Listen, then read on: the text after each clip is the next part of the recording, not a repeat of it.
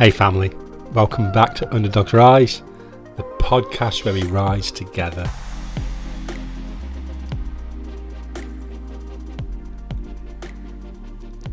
In today's episode, I want to explore with you something that I became aware of only last night.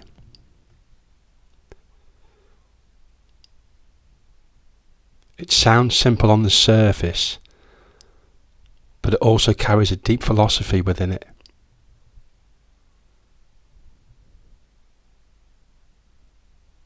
You've got to love life to have life, and you've got to have life to love life. At first, it seems like a circle, like it's a paradox. You know, which comes first? Loving our life, or having a life that is worth loving? Our answer may be both.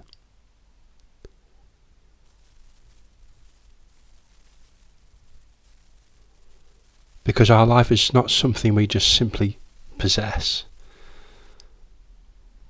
It is something we have to choose to actively participate in.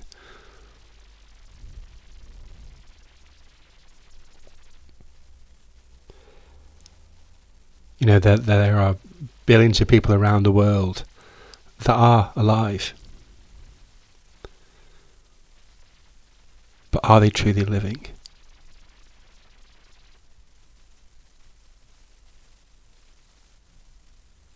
Because our existence happens automatically.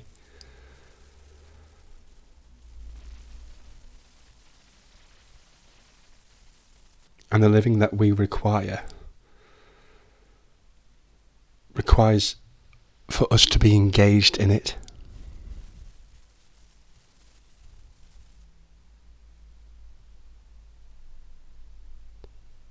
Our living means to just be present enough to notice the light that shines through our windows.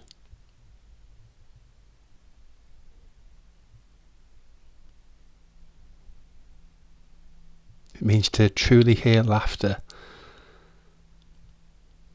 and just to allow that to soften something within inside of you. It means to feel the heartbreak and to choose to let life remain. And it is worth showing up for.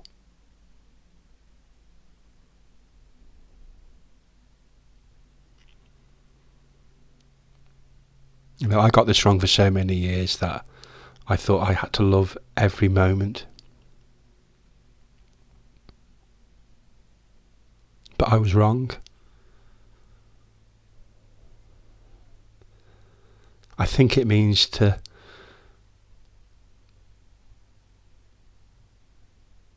love life enough to stay in relationship with it.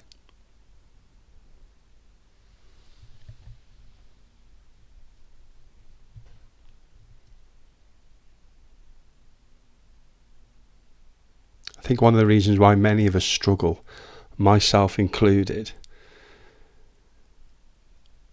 is that we expect life to be fair. And yet, that was never promised to us.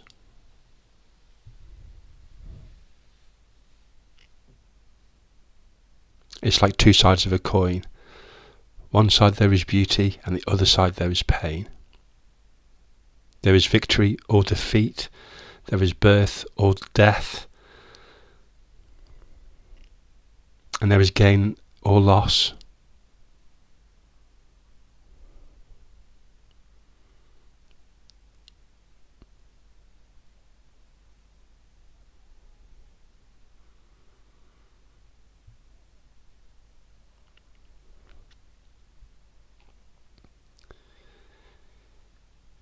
And what I'm coming to realise is that the people that wait for life to become perfect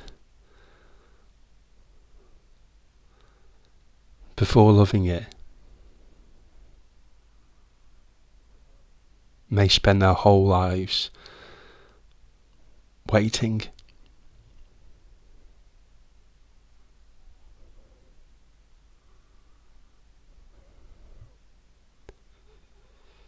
But the person who decides to learn and to lean into love and to love life and all its imperfections can discover something remarkable.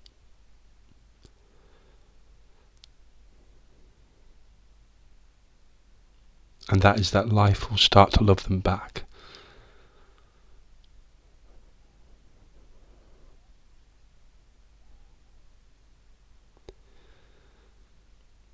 It's like, have you ever noticed how appreciation of change or an experience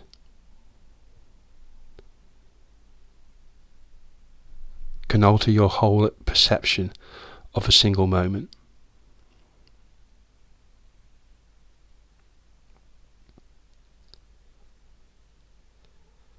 It's like the same challenges that feel like punishment for one become growth for another.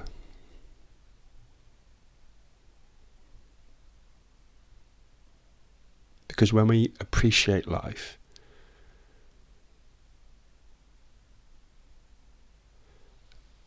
we begin to notice what was always there.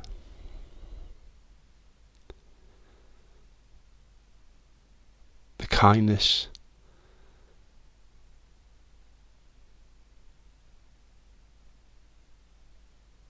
miracles that were hidden within ordinary moments.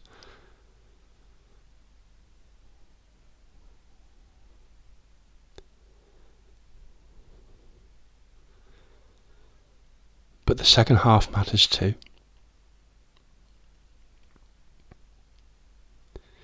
You've got to have life to love life.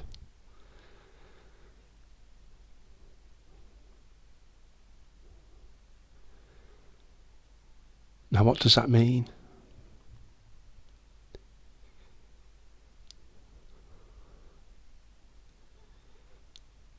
I think it means to protect your energy, your curiosity, your wonder. Because our life isn't solely measured on our years.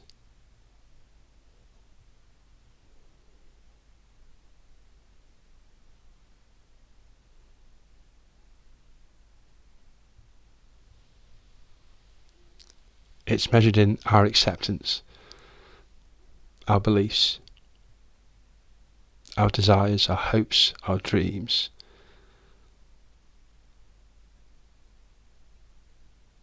And how we showed up.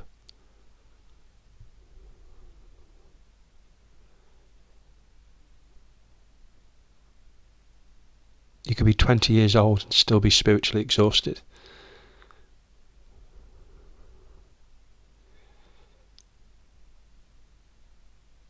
And you can be 5 years old and still feel deeply alive.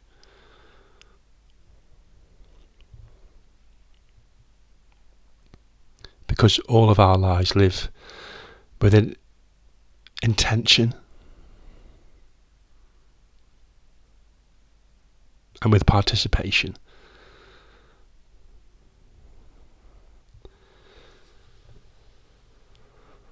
I think that many of us aren't unhappy, but we're numb.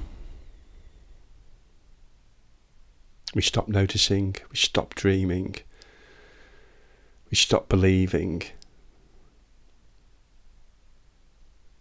And slowly our lives become smaller, hidden from sight and hidden from ourselves. Not because the world shrank around us,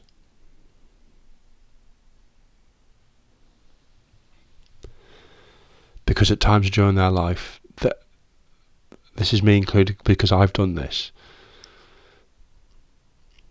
mine and their willingness to engage with it shrank. You see, numbness protects us from pain, but it also protects us from the joy and the magic and miracles in everyday occurrences.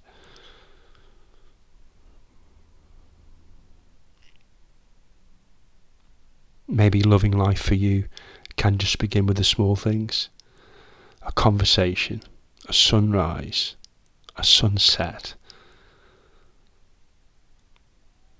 a song that reaches something buried within inside of you so deep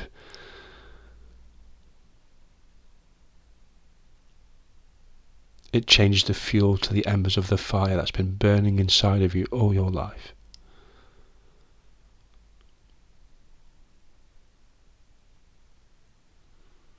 And maybe the life that you want returns to you, not in just dramatic breakthroughs, but in tiny moments of awakening.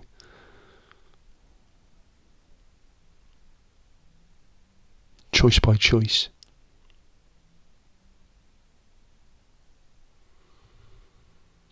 So maybe perhaps the phrase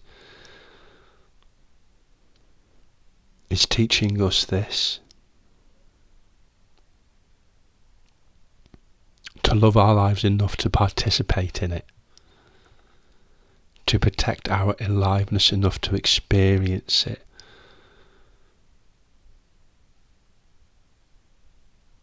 because you've got to love life to have life,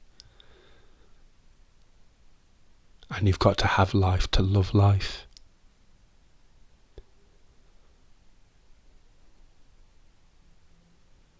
The two parts in an endless dance, and in each and every day it offers another invitation to join it. Underdogs rise, and we rise together.